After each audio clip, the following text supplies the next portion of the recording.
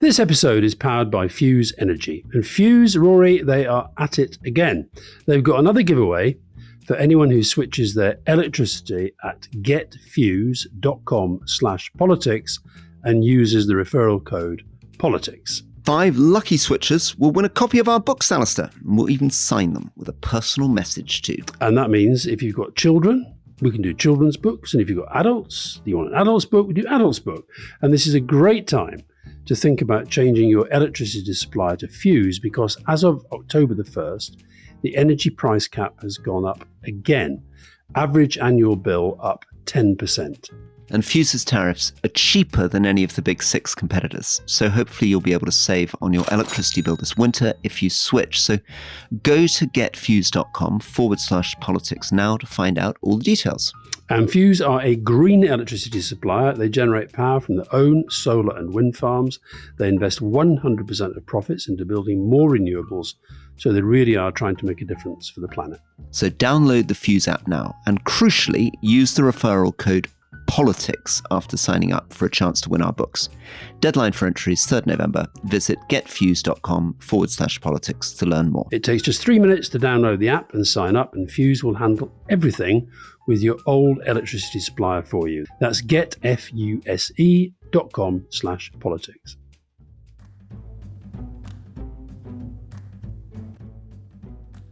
Welcome to The Rest is Politics with me, Rory Stewart. And me, Alastair Campbell.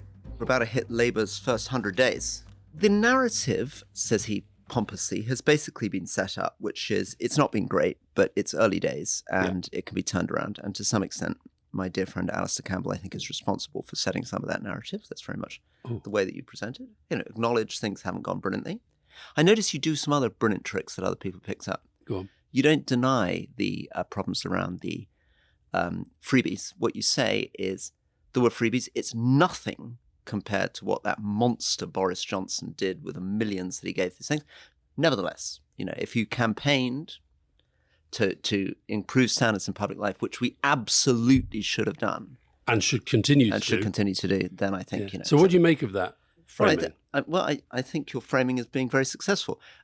Let me, however... No, but because you're always asking me to sort of talk as a communications director. So what do you as a politician make of that framing? Is that a good framing? No, I like it because I think what you do there, which I feel my colleagues don't do enough, is find a way of missing that there's a problem in the middle of that sandwich rather than denying. I think one of the stupidest things a lot of my Conservative colleagues do is to deny an obvious problem. Whereas what you've done there is you've said good stuff, bad stuff, not as bad as them, good stuff in the future. Yeah. No.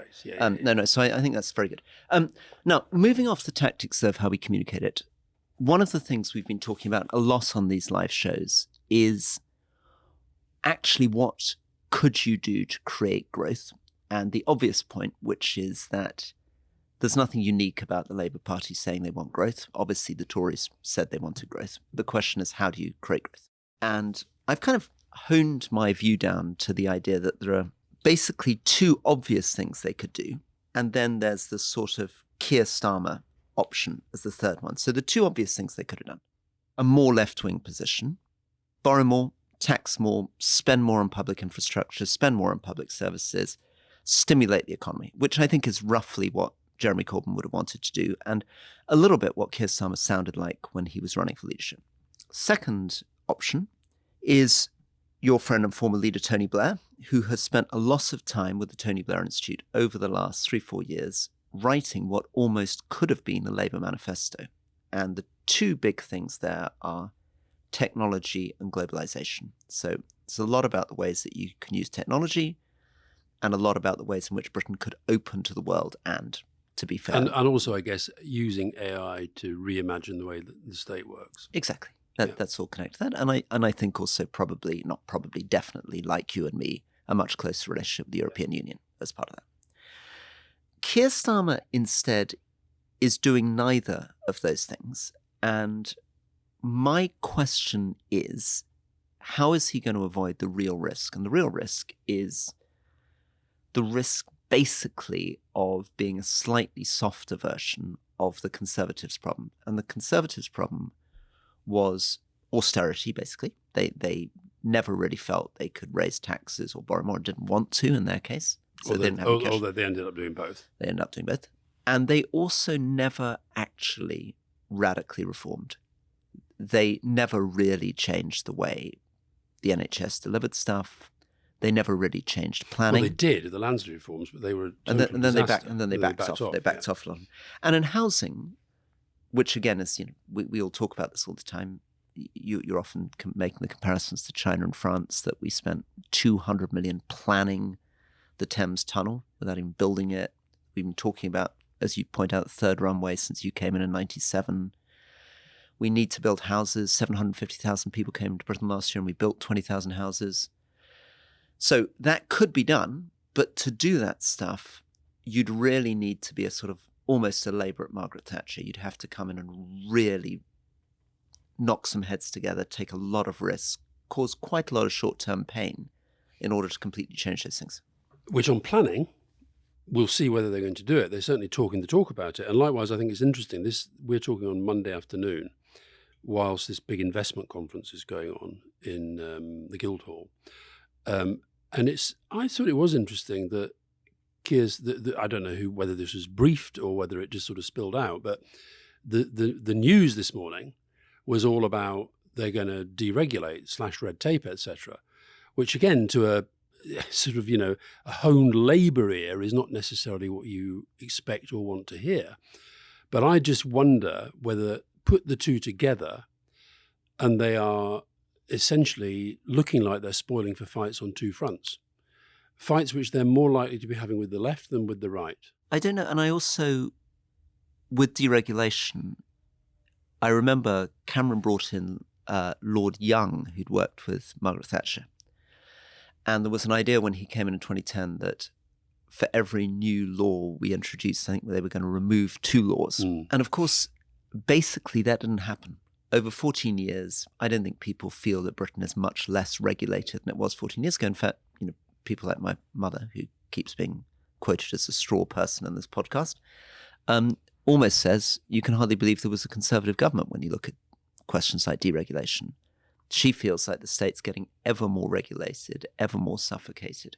So if the Tories couldn't deregulate, how likely is it that Labour's going to be able to do it? And also deregulation sound, like red tape, is one of those things that people just think, well, that must be bad. But red tape means, it means rules, it means order, it means health, it means safety. One of the proudest achievements of Harold Wilson's government, as Alan Johnson was saying when we talked to him leading about his book on Harold Wilson, that's our second part out this week, by the way, was he brought in the Health and Safety Act. And Alan said it with real pride, both being Labour and talking about Wilson. Because the figures are unbelievable. Sorry, just on that. In a typical US factory in New Jersey before the First World War, you had a 5% chance of being killed during your working life and a 30% chance of being seriously injured. So that workers' protection and all this stuff was unbelievable because these places were so dangerous. Yeah. And so this legislation, it totally changed the world. Yeah. And obviously we all get really annoyed that we're all told to wear hard hats or have ladder training. Well, I don't, but I'm maybe not as keen on regulation as you are. Safety. That's a great example, by the way. Yeah. The construction industry. Yeah. The fact that at the London 2012, that entire Olympic project designed and built without a single loss of life on a building project like that, and compare that to the places where you don't have. No, it's amazing. So the question is how you persuade business that these regulations are amazing. Not meant to throttle. But then, of course, that £200 million spent on just the planning of the Thames Tideway Tunnel, a lot of that is, of course, around this regulation. And another problem for Labour is a lot of that regulation is environmental. So a lot of it is how do you make sure that when you build the Thames Tunnel, you are not affecting biodiversity, you're not putting too much pressure on carbon, you're not affecting the tidal flows that might flood elsewhere. And so if Labour really pushed ahead with deregulating on housing, they're having 2 battles, aren't they? They're having the battles with the NIMBYs, the sort of Tory voters in the shires, who don't want houses going up in their backyards. Well, everybody's got a bit of NIMBY in them because that culture has developed. Everyone's got a bit of NIMBY, but you're also having a battle with the sort of stuff that the Tories were always grumbling about. And it's true, this stuff does happen. I mean, in my constituency in Cumbria, I would go to see builders who had been delayed for 6 months because somebody thought there were newts in the area. And, sure enough, 2 newts were found and moved, and people began to wonder whether newts really needed to be protected as much as they were being protected. Apologies, though, for people listening. If you're getting sirens and ambulances and trains, it's because Alastair and I are currently in Cardiff. And also, Ray, I've just seen our 2 giant trucks arriving along with our tour bus. Yeah, pretty cool. Huh? I mean, it is a bit ridiculous. They are giant trucks with all our gear. Yeah, gear is not in a but pop that's star. not what's I don't making mean gear as the pop stars understand gear. I mean equipment and stage sets and the like. Now, was that a sort of very clever attempt to try to get off the question of what Labour's actually going to be able to achieve? No, because I don't think you can accuse me of being tribal here. Because the other thing, let me make my final point before we go into the ridiculousness of the Tory leadership contest, which no doubt you'll sort of tell me is one of the giant, wonderful contests of our time.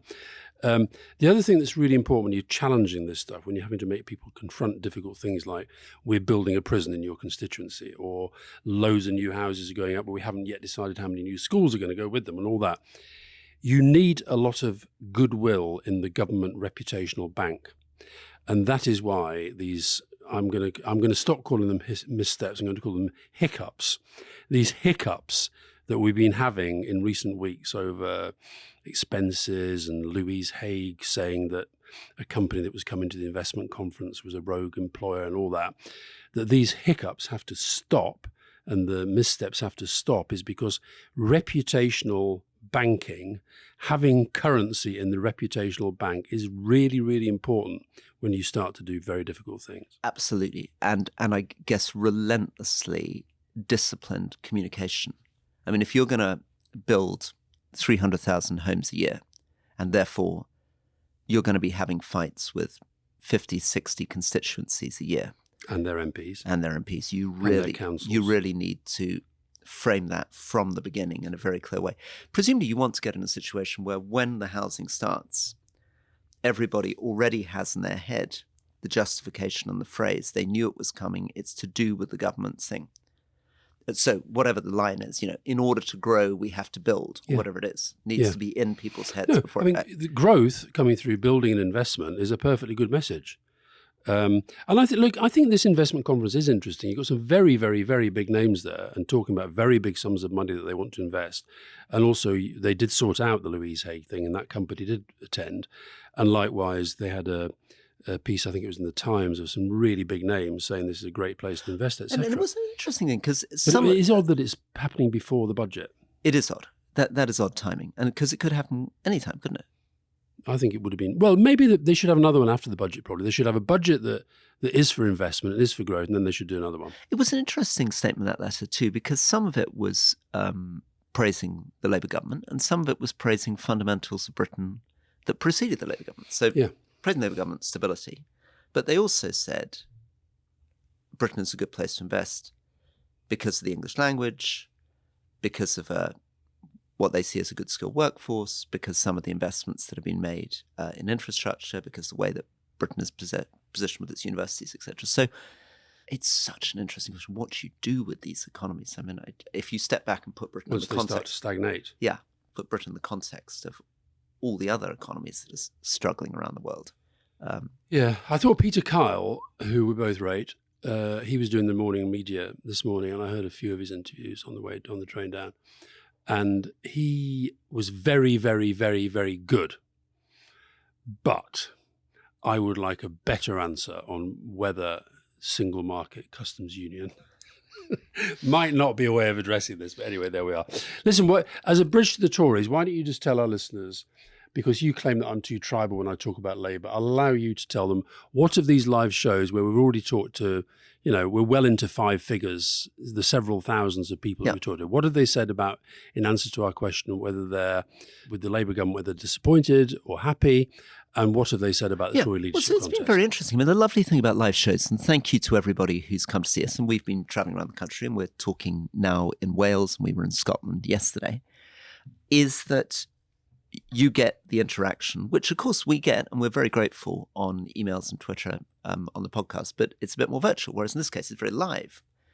And we do a lot of dodgy, incredibly non-scientific shows of hands. Polling, we call it. Right? Polling, we call it, yeah. Obviously, we need to point out that it's not necessarily the case that the audience coming to hear us is representative of the entire population of the United Kingdom. They may be selecting some ways. Somebody was saying, he was at the Scotland show, that it's actually much younger than a lot of these things. And actually, that's true if you look at the data on our podcast. Yeah.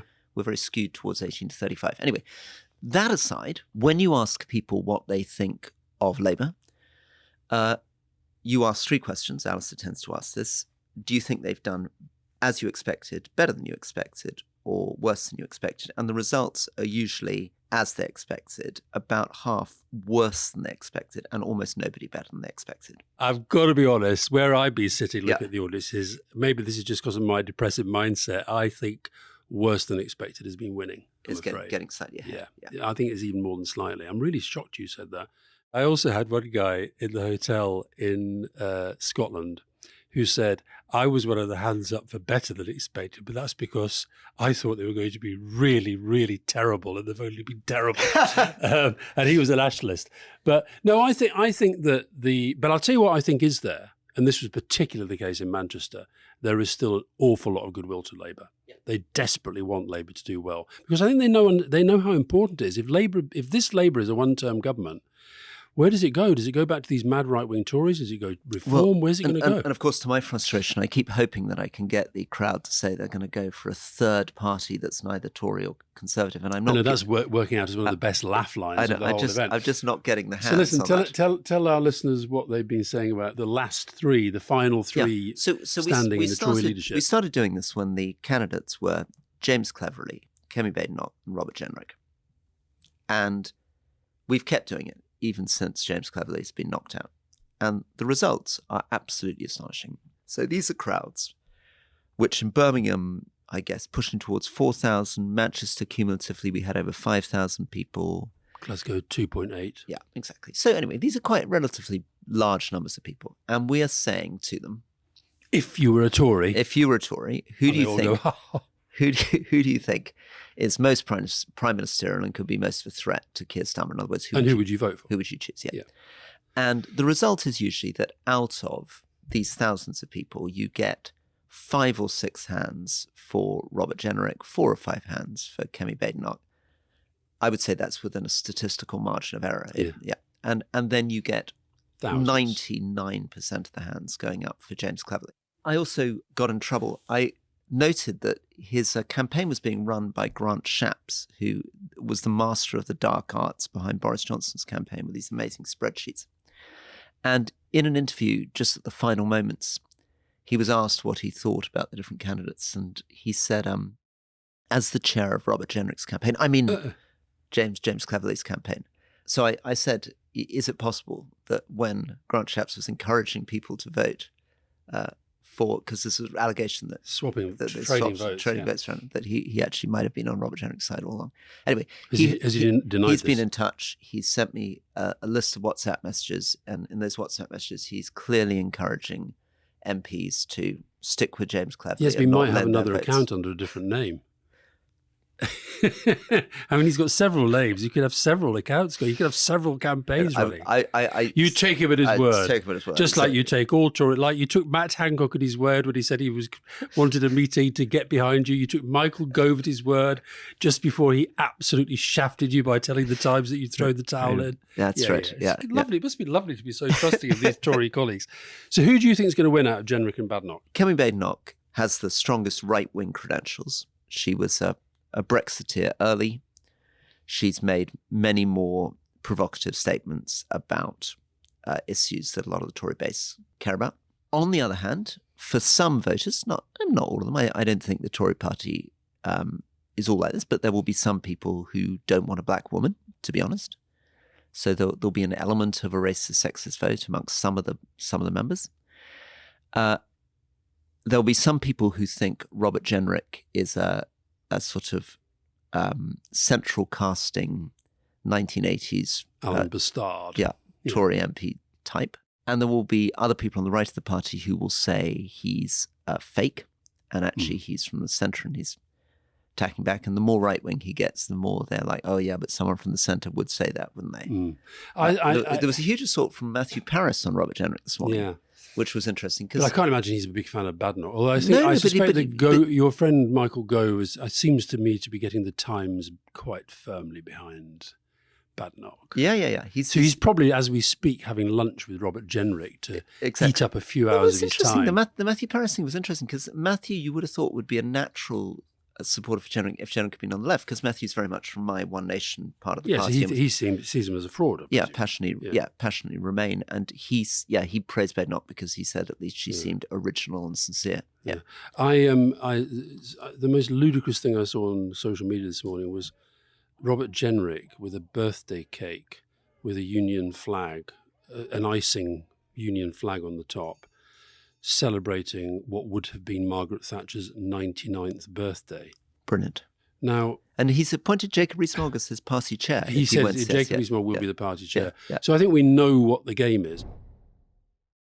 Alastair, we're recording just after the death of Alex Salmond, the kind of towering figure for a long time in the SNP, First Minister of Scotland, and somebody who I knew reasonably well, but I think you knew better than me. Give me a sense of him. So I knew him a bit when I was a journalist. Of course, he was an MP from 1987, big figure in the SNP. He was, as we said when we were doing our event in Glasgow, which we did shortly after he died, he asked me to be part of the independence transition team, should there have been independence. That's absolutely amazing, because you were supposed to be on my side campaigning for the Union. Yeah, which I was. But your view was that in the very sad situation that it went independent, you'd be prepared to nobly support the independent country. Yes, because had Scotland chosen independence, I think it would have been in everybody's interest for that to be effective and efficient. So he asked me to be part of that team. Did you actually begin any planning for that? Did you begin thinking about what the transition would be like? I did begin thinking about it. He definitely was thinking about it a lot. Because then I guess it would have been like Brexit. They would have woken up the next morning, going independent, what the hell do we do now? And everyone would have been like, where's the planning? And exactly like Brexit, I don't think they did have answers to big questions like currency, like military, like the nuclear question on the defence side of things. There are lots of questions they didn't really have answers to. So whether that was just him trying to sort of be nice to me or whether he had a serious plan for it, I don't know. But I suspected he did. I sensed he was doing more transition thinking than had happened on Brexit, for sure. He used to do this monthly interview for GQ. And I think Farage was the first person I did. I think Salmond was the second. And he was so relaxed. It was on the day Tony Benn died, bizarrely. The reason I remember that is because Tony Benn died. We were both getting inundated with messages like you do when people die. You know, well, it happened when Salmond died. Everybody saying, would you do a tribute? Would you do a tribute? So we actually delayed the interview while the BBC sent up a pool camera and we both did tributes to Tony Benn. Then we went off and did this interview. And maybe because we spent several hours together, he was, I think, more relaxed than he probably would normally be in interviews. And he came up with two extraordinary lines which made massive news, like for days, and both of them damaged him quite a lot. One was he basically talked in rather admiring terms of Vladimir Putin, which really wasn't very sensible for a British politician at the time. And the second thing, I was kind of praising him for the work that Scotland was doing vis-a-vis alcohol and trying to sort of change the culture on alcohol. And he said, he had this phrase where he said, well, we've got to get over this image of Scotland as being a nation of drunks. Along with many other things, you're a very experienced journalist, and we don't talk maybe enough about how politicians get themselves in trouble in interviews and what's going on in the journalist's head when that's happening. So when you're sitting there with Salmond and he says this, as an experienced journalist, do you immediately know that you've got a line? And are you sitting there thinking, ooh, okay, let's see where this goes on Putin, let's see where this goes? Or do you not really notice till the end of the interview? No, I knew as soon as he talked about Putin. And I guess, and by the way, I guess as part of your profession is to let him keep going. Well, I thought it was genuinely interesting that he was. In fact, funny enough, the reason I thought of it is when I interviewed Farage a month earlier, he had done something very similar, which landed him a bit of hot water. So everyone you were interviewing was going pro-Putin. Exactly. With Salmond, I remember thinking, this is a bit warm. I wouldn't be this warm about Putin. So he did keep going. And by the way, when the magazine came out, it sort of led the news in Scotland. And then in First Minister's questions, he was getting absolutely hammered for it. Well, I guess one of the things that maybe suggests is that there's a sort of thin line, isn't there, between being a sort of frank, larger-than-life politician and being a little bit on the kind of populist edge, isn't it? Yeah, absolutely. And I think he got in trouble also for doing interviews. I can't remember whether it was Russian or Iranian. He was a big contributor. He was an interviewer. And was paid. On Russia Today. He was being paid quite a lot of money. I remember reading a biography of him, quite a good detailed biography of him. And a lot of it on his university days was drawn from this slightly peculiar, slightly grisly figure called Desmond Swayne, who was a Conservative MP with me.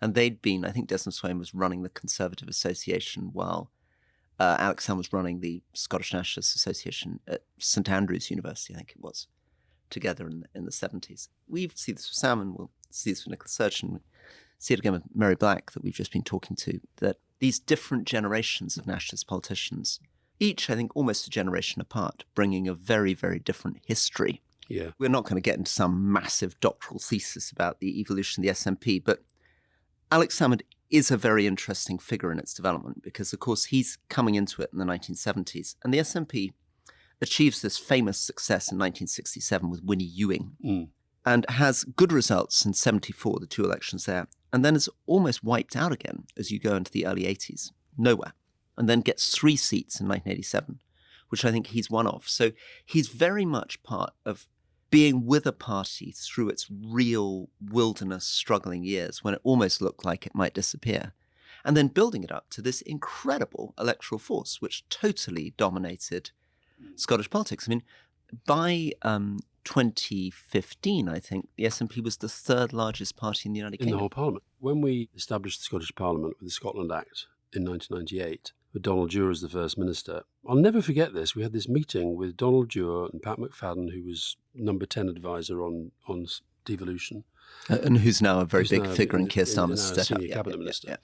And remember us talking about, you could do this system, you could do that system, and we talked about the different electoral systems. And the one we went for, part of the reason was that it would mean that no party would ever be absolutely dominant. And the reason for that wasn't to stop the SNP becoming dominant, because at the time that seemed very, very unlikely. It was to stop us becoming absolutely dominant, because to have us dominant in the UK and in the Scottish Parliament, etc. And literally within like a decade, as you say, the SNP were virtually all powerful, to a point that a young person growing up today, probably thinks that the SNP has been the natural party of government in Scotland forever, whereas in fact we were the natural party. Labour was so dominant. And I remember, and a lot of that was down to him. And I remember in 2010 coming into Parliament and being mocked by the Labour MPs that there were more pandas in the Edinburgh Zoo. I think there were 2 of them than there were Tory MPs in Scotland. Yeah. And then within 5 years, Labour, which controlled Scotland, had been almost entirely wiped out and knocked down to, I think, 1 remaining seat. They too were half the number of the pandas in the Edinburgh Zoo. And of course, the reason we were interviewing Mary Black, which we'll put out in Leading in the next few weeks, is that we'd interviewed Douglas Alexander. He was the guy that she knocked out in Paisley. Another thing to remind me about Salmond, the very canny politician. I remember at the time of the Scottish referendum in 2014, a couple of things that he did, which I think were really, really smart. I think he ran rings around camera, and they discussed how they were going to do the referendum. First was lowering the voting age. Which I wish we'd done for Brexit. And getting rid of the thresholds. So when they tried a referendum in 1979, and in 1979 there were rules in place which meant that you had to get, I think it was an absolute majority of the whole population. And of course, by changing those rules, David Cameron opened the window for Brexit. Well, sorry, some of those rules had already been changed, hadn't they, under Blair? But it's really significant. The rules of a referendum are vital and were vital for Brexit. The other thing he got was the right to vote in the Scottish referendum for people who came from other parts of the world. So Latvians and Lithuanians and Belgians and so forth. And there are quite a lot of Europeans who, obviously having settled in Scotland, he was thinking, and he was right, maybe we're going to be more minded to vote for this great country that had given them their future, etc. And then the other thing he did really cleverly was, I remember spending a lot of time in that referendum, why shouldn't my parents, who are as Scottish as Alex Salmond is, why shouldn't they be allowed to vote in this? And so I remember saying to him, what did you say when Cameron raised the idea that Scots living in the rest of the UK should have a vote? And you know what he said? He never raised it. That's terrible. Isn't it? The other thing that is so interesting about this is the sense that these referendums are much more voluntary, and maybe the big genius of Salmond is getting the referendum at all. I remember, obviously, the Brexit referendum was voluntary, but I remember also in 2019 that the basic consensus amongst many of my friends in the Scottish Conservative Party was that we couldn't avoid another referendum. Nicola Sturgeon was getting a real head of steam up, saying post-Brexit Scotland deserves another referendum. And Boris Johnson, who knew nothing really about Scotland and was very unpopular in Scotland, said, no, we're not going to have a referendum. And we all thought, well, he doesn't understand Scotland. This isn't going to work for him. He's going to be forced to have a referendum. And he wasn't. It is very interesting and must be very frustrating for the SNP, the power that Westminster has to basically decide whether to grant these things or not. Well, I think that the reason why I think the dial has moved backwards on independence, and that was very much the mood at our meeting in Glasgow. They were all basically of the view, when we did a show of hands, that the desire for it has gone backwards rather than forwards in recent times. Yeah, and on a show of hands, it felt like it was closer to half-half saying that they would have voted for independence when the referendum was held in 2014, whereas now it seemed to be more 2/3, a third against. Yeah. I thought that the absolute high point of those who were hoping for independence was just post-Brexit with Johnson in charge. And I think if they can't get it over the line to a place where it's just absolutely overwhelmingly the demand for it, then it's unlikely to happen. In a really amazing new turnout for what has been probably the most interesting democratic year in world history. We've got an unexpected one. We have an unexpected new election. So we thought, beginning of the year, as we were schlepping through, we had India, we had Russia, ha. Your friend Emmanuel Macron threw an unexpected election in France, and now Japan has thrown an unexpected election to add to all the incredible elections which have brought more than half the world's population. Yes. So a lot of the big G7 powers now going through their electoral cycles. And this follows the resignation of a man that we've talked about in the podcast, Fumio Kishida, and the appointment of Shigeru Ishiba. And Ishiba has now dissolved parliament, which is a pretty risky thing to do, as we discovered with Emmanuel Macron. He did it, was it 8 or 10 days after being appointed Prime Minister? Yeah. Although and it can work, or it can go wrong. Kishida did the same. Well, it's the great... He dissolved the parliament after a snap election, and he got a huge victory. It's doesn't always work, and didn't work for Heath, I think. I mean, these things often... Yeah.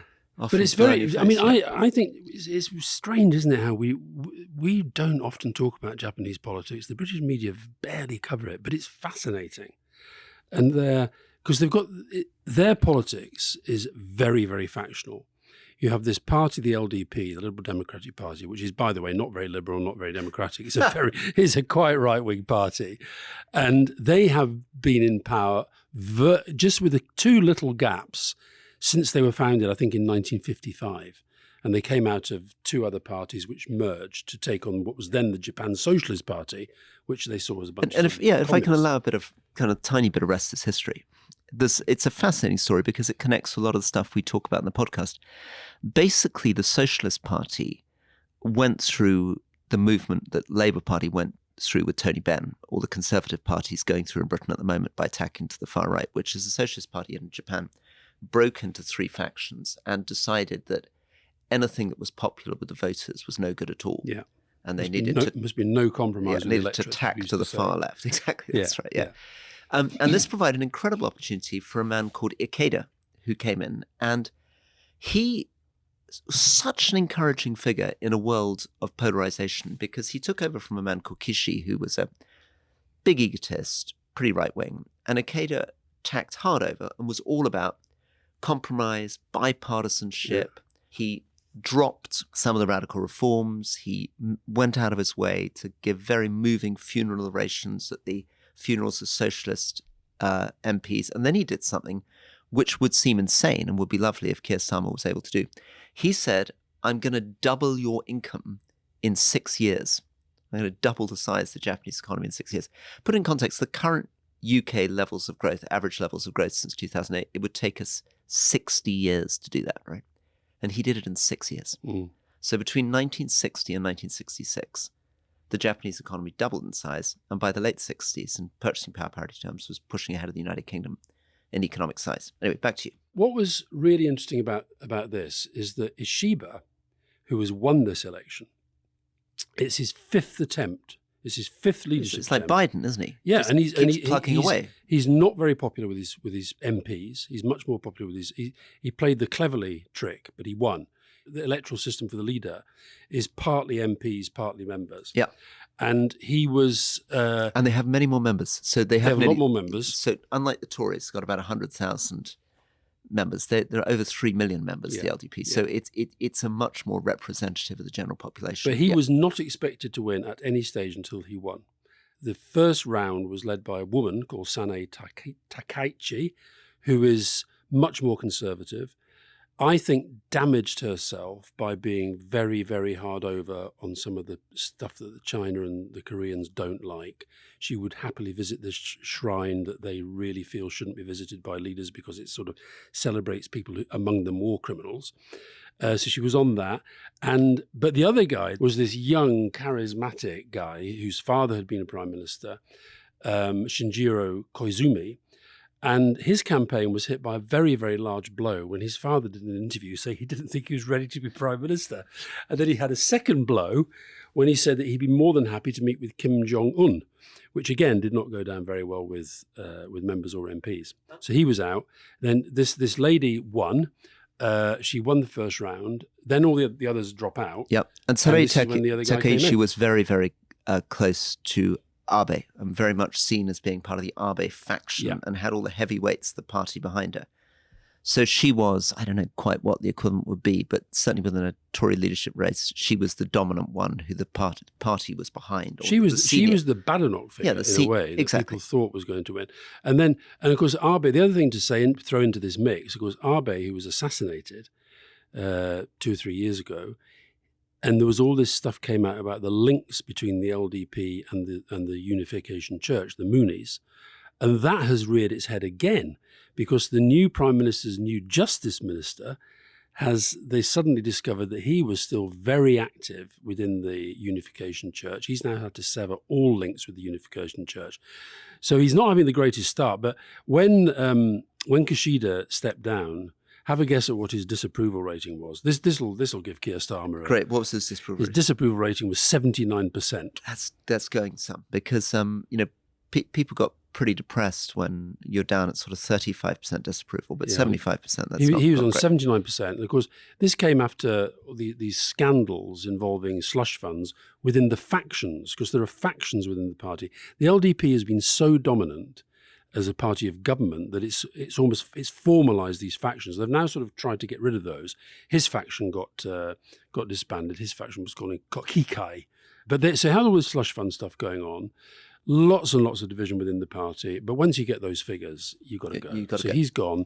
New guy comes in and says straight away, I'm having an election. So at the bottom of this, as you said, is this question around the amazing Japanese economy. And one of the facts that I'm fascinated with is that Japan grew so quickly from that period in the 60s that by 1989, it was the second largest economy in the world and was on track to overtake the US. So people talked about Japan the way they talked about China a few years ago. And my colleague at Yale, Professor Paul Kennedy, wrote this book called The Rise and Fall of the Great Powers, which basically seemed to suggest, a bit unfair to Paul, but basically that the world had been dominated by Spain and then by France and then by Britain and then by the US.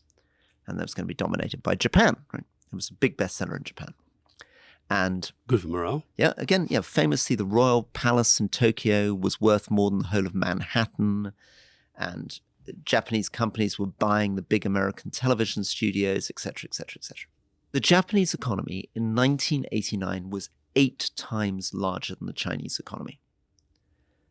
So at the period where, you were already working, Japan was this sort of economic superpower that didn't really need to worry about China. Most of our meetings with them, apart from when we went to Japan, were around the G7 and the G8 because they were such a big players alongside the US, huge dominant Germany. Figure. And then, of course, they ran into a wall. And it was the strangest thing that's almost happened to any economy on record. And although people say it's because they were getting older and begin coming up with answers around that technology, the answer is the economists don't really understand fully either how it happened or what they should have done to get out to it. But essentially, the whole thing ground to a halt. In nominal GDP terms, between 1991 and 2012, the US economy grew by 160%. The UK economy grew by a similar amount, went from about 600 million to about 1.5 billion. The Japanese economy in that period didn't grow at all. In nominal terms, zero growth. If you'd put 100,000 yen in your fridge in 1995, I stole this from a guy called David Pilling, by 2012, it would have in purchasing terms be worth 112,000 yen. If you put it in the stock market, it would have halved in value down to 50,000 yen. As I think I mentioned when I got back from Japan, I'd been talking to a lady whose house outside Tokyo was worth 70% less than when she bought it 25 years ago. So that's the bad story. But oddly, you can also tell a good story because strangely, because their economy is flatlining at the same time as their population is decreasing, in per capita GDP terms, often it doesn't actually feel that painful for the average Japanese. And one of the most sort of positive times was the time of Koizumi, who was the man who was the prime minister for a lot of the period when you were in office and who's just torpedoed his son's electoral chances. He certainly didn't help it. Who briefly looked as though... he was like a big dude in the early time. 2000s. He was going to turn it all around. Yeah. And he dissolved the parliament, won a snap election, incredibly successful. Everybody was very excited. And again, it was the same with Shinzo Abe. You remember there was Abenomics. And again, Japan has been struggling. Is the answer to go the sort of full Cameron austerity, or is the answer to print money? It doesn't seem to matter what they do. Nothing they do is turning this around. Well, that's the economics. But on the politics, apart from a brief period in the early 90s and then the consequence of the crash, 2009 to 2012, the LDP has been in power through that entire period since it was formed in the 50s. I mean, you talk about the Conservatives being the greatest party of government. This lot are by a mile. Well, also you're often mocking me for the idea that the kind of British class system, so many of these Japanese prime ministers, including the current one, and the current one, his father was a cabinet minister, his mother's father was the governor of a province and was one of the big rulers of occupied Singapore during the Second World War. Shinzo Abe's grandfather they're into their elite. They're into their elite. But also there wasn't really a proper denazification. Yeah. So Shinzo Abe's grandfather had basically been the dictator of Manchuria during the 1930s. If this was any other country in the world that I can think of, the party of government would be getting booted out the whole time, wouldn't they? Well, very, very low turnout because everybody's so depressed. The opposition totally hopeless. And yes, I suppose you end up with a weird world. But these things can collapse because remember the Liberal Party in Canada from Trudeau, almost to Michael Ignatieff, felt like it was the natural party of government. And all that mattered were tiny moves within the Liberal Party. And then it suddenly sort of blew itself up overnight and went to one of its worst defeats ever. Last stat on Japan, though, just because I'm completely obsessed with this country. The population of Japan will have dropped by 25 million by 2050, down to just 100 million people. And by the end of this century, we'll have halved again to 43 million. We'll have got back to the same population size it was at in 1910. And that, of course, is what a lot of European countries may be about to do. South Korea may be about to do. Really interesting what's about to happen to the world population. Briefly on Hungary, Orban. So the European Union has this strange system where there's a rotating presidency where a different country takes on the presidency every 6 months. And part of the duty of the president is that they go and have to sort of make a speech to the European Parliament. And Ursula von der Leyen responds, and then people join in the debate. So Viktor Orban, Prime Minister of Hungary, is the president. He's the current president, goes and makes a speech. And von der Leyen, who was criticised in the past. And again, I mean, most of this is a podcast, remember, but he is basically the most strong example of a populist strongman in Europe. And he's the guy that's really pushing for a sort of Trump, Xi Jinping, Putin, strongman vision of the world. Yeah, sorry, back to you. Yeah. So he goes along and does his thing and basically sort of makes lots of criticisms of the European Union. Von der Leyen really puts the boot into him for the first time in those terms. Reminds him of some of the sort of historic European debates that have led to wars, and essentially says that, says to him, which side would you have been on? Which side would you have been on when the Czechs were under attack. Which side have you been on in the past when the Hungarians? When were the attacked? Hungarians, yeah. Well, so And when Orban, the Soviet Union comes rolling in Hungary in the 1950s, which side where would were you you on have then? been? Yeah. And he's literally standing a few feet away, sort of pretending to take notes. But then the other thing they did, they invited the opposition politician, Peter Magyar, who's also an MEP, so they had invited him to make a speech. And it was good theatre because Magyar goes straight up to Orban, totally took Orban by surprise by offering to shake his hand. He sort of reluctantly took his hand. And Magyar then went up to the podium and really laid it into him. And he said to him, asked him if he was proud that he's created the poorest and most corrupt country in the European. Which, of course, Orban he never gets a home. Supporters would not recognise at all because the he media convinces them that they're just doing really well. And I mean, this is the odd thing about the alternative reality. I mean, when you say the poorest and most corrupt country in Europe, they really wouldn't recognise that. But the truth is, of course, that actually the Hungarian population, like the Japanese population, is going in the wrong direction. Yeah, but they don't, because Orban has done what a lot of these kind of populist hard-right leaders do, suppress the media, no real freedom of speech, rule of law, get hold of the institutions, weaken the opposition. So this guy, it's worth watching his speech, and von der Leyen's speech as well. And there's also a French politician called Valérie Hayer, who I think I sent it to you, and it's subtitled for the hard of Frenching. But she did and she didn't stop looking him in the eye, and he kept looking away. He kept pretending to be taking notes the whole time, like he was, at a lecture or something. But it was very, very interesting, and I suspect he defended himself, and he said that all this stuff was kind of, leftist lies about what's happening. And he was given a chance to respond, wasn't he? Yeah, and he was very, very dismissive of the whole thing, but he did not go down well. And of course, a lot of these speeches attacking Orban were essentially about Ukraine, basically saying that you are Putin's man. You are not Europe's man. You are Putin's man. And it was, he sat there and took it, but that was a bad, bad day at the office of Mr. Orban. So my favourite line in Ursula von der Leyen's speech, she said, there are still some, looking across at Orban, who blame this war not on the invader, but on the invaded, not on Putin's lust for power, but on Ukraine's thirst for freedom. And the only person who came to his defence was this German hard-right guy. We'll see you soon. Very good. Goodbye.